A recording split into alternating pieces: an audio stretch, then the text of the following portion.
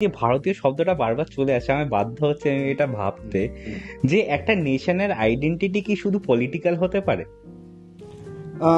না, শুধু পলিটিক্যাল হতে পারে না, কিন্তু কোনটা পলিটিক্যাল নয় বা পলিটিক্যাল বলতে আমি কি বুঝি আহ, সেটা একটু পরিষ্কার করা দরকার। মানে আমি যদি ভারতীয় সাহিত্য বলি, সেই ধারণাটা কি পলিটিক্যাল নয়?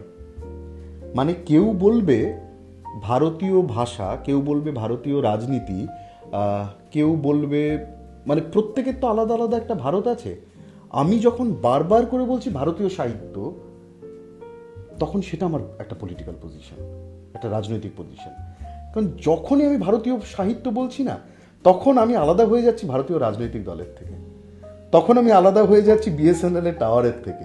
বিএসএনএল তো ভারতের টেরিটরির বাইরে যেতে পারবে না, আইএসডি লাগবে, তখন গেলে আলাদা টপ আপ রিচার্জ করাতে হবে। ভারতীয় সাহিত্যের ক্ষেত্রে সেটা দরকার নেই। মানে একই হিন্দি কবিতা আমি বাংলাদেশে বসেও পড়তে পারি, আমি পাকিস্তানে বসেও পড়তে পারি, আমি নেপালে বসেও পড়তে পারি, আমি ভুটানে বসেও পারি, আমি শ্রীলঙ্কাতে বসেও পারি। আমি একই হিন্দি ভাষায় এই সমস্ত দেশের মানুষের সঙ্গে কমিউনিকেট করতে পারি।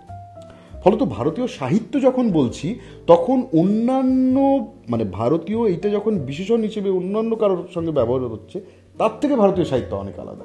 ভারতীয় সাহিত্য কথাটা বলে দেওয়া মানেই আমি এই আধুনিক রাষ্ট্রের যে সীমারেখা আছে সেটাকে সঙ্গে সঙ্গে অতিক্রম করে গেলাম। এইটা আমার রাজনৈতিক অবস্থান।